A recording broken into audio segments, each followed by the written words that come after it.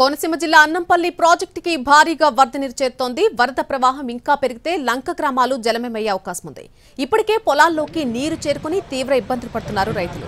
అన్నంపల్లి ప్రాజెక్టుకు భారీగా వరద చేరుతూ ఉండడంతో చుట్టుపక్కల ప్రాంత ప్రజలు ఆందోళన వ్యక్తం చేస్తున్నారు. అన్నంపల్లి ప్రాజెక్టు వద్ద పరిస్థితులపై మరింత సమాచారం మా ప్రతినిధి సాయి సుధీర్ అందిస్తారు. కోనసీమ జిల్లాలో వరద ఉధృతి అంతకంతకు పెరుగుతుంది. కోనసీమ జిల్లాలో లంక గ్రామాలకు ఈ వరద నీరు చేరుతుంది. ఇప్పటికే ధవళేశ్వరం దగ్గర రెండో ప్రమాద హెచ్చరిక కొనసాగుతుంది. దానికి తగ్గట్లుగా దాదాపు కోనసీమ జిల్లాలో 12 మండలాలు 75 లంక గ్రామాలకు ఈ వరద ఎఫెక్ట్ ఉంటుందని అధికారులు అంచనా వేస్తున్నారు. దానికి తగ్గట్లుగానే లంక గ్రామాలకు చాలా చోట్ల ఇప్పటికే పొలాల వరకు నీళ్లు చేరింది. రహదారులపై కూడా నీళ్లు చేరింది. బాహ్య ప్రపంచంతో సంబంధాలు తెగిపోయిన లంక గ్రామాలు ఎక్కువగా ఉన్నాయి. దానికి తగ్గట్లుగానే లంక గ్రామస్తులు పునరావాస కేంద్రాలకు కావచ్చు, అదేవిధంగా హైట్ గా ఉన్న ప్రాంతాలకు వచ్చి తలదాచుకునే పరిస్థితులు కనిపిస్తున్నాయి. మొత్తం జిల్లా వ్యాప్తంగా చూసుకున్నట్లయితే ఇప్పటికే పి గన్నవరం, ముమ్మిడివరం, రాజోలు ప్రధానంగా ఈ 3 నియోజకవర్గాలలో లంక గ్రామాలు ఎక్కువగా ఉంటాయి.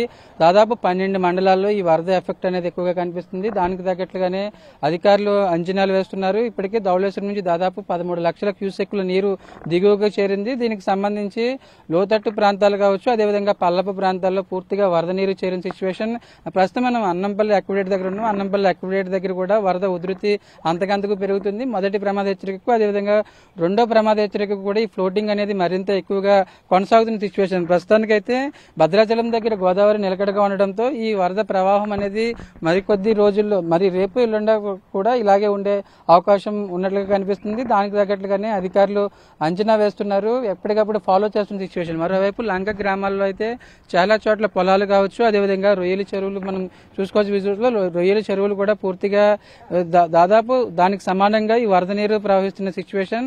మరి వరద ఫ్లోటింగ్ అనేది ఇదే విధంగా ఉండి, ఇదే విధంగా వరద ఫ్లోటింగ్ అనేది పెరిగితే రొయ్యల చెరువులు కూడా పూర్తిగా ఈ గోదావరిలో కలిసిపోయే అవకాశం. దానికి తగ్గట్లుగానే దానికి సంబంధించిన ఏదైతే ఈ ఫీడ్ కావచ్చు, రొయ్య పిల్లలకి వేసే ఫీడ్ ని కూడా పూర్తిగా వాటిని గట్టు మీదకి తీసుకొచ్చే ప్రయత్నం చేస్తున్నారు. కొన్ని చోట్ల వరద ఉధృతికి పూర్తిగా గట్లు కూడా ఎక్కడికక్కడ ధ్వంసం అయిపోతున్న సిచ్యువేషన్. అక్విడేట్లకు ప్రస్తుతం అన్నంపల్లి అక్విడేట్ అయితే ప్రస్తుతానికి వరద ఫ్లోటింగ్ అనేది నిన్నటికి ఇవాళకి కంపేర్ చేస్తే వరద ఫ్లోటింగ్ అనేది భారీగా పెరిగింది. లంక గ్రామాల్లో ప్రధానంగా ఎక్కువగా వ్యవసాయం మీద ఆధారపడి, సాగు మీద ఆధారపడి వాళ్ళు జీవనం సాగిస్తారు. దానికి తగ్గట్లుగానే ఈ లంక గ్రామాల్లో ప్రస్తుతానికి అయితే వరద ఫ్లోటింగ్ అనేది అంతకంతకు పెరుగుతున్న సిచ్యువేషన్. కొన్ని చోట్ల ఇళ్లలో కూడా వరద నీరు చేరుతున్న సిచ్యువేషన్. ఎందుకంటే ఈ గట్లు అనేది ఎక్కడికక్కడ తెగిపోవడంతో దానికి సంబంధించి ఇళ్లలో కూడా వరద నీరు చేరుతుంది. కొన్ని చోట్ల ఇళ్లను ఖాళీ చేయాల్సిన పరిస్థితి ఏర్పడింది.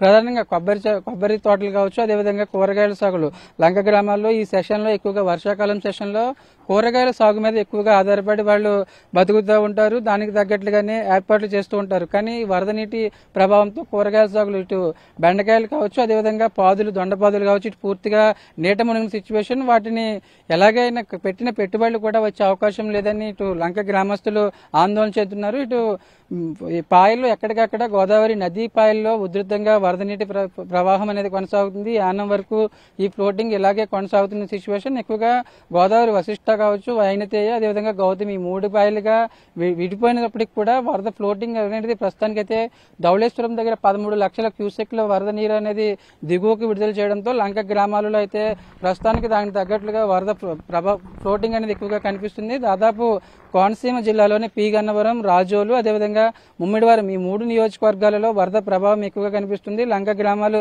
పూర్తిగా ప్రస్తుతానికి అయితే రోడ్లపై కావచ్చు, అదేవిధంగా ఇంటి బయటకు వరద నీరు వచ్చిన సిచ్యువేషన్.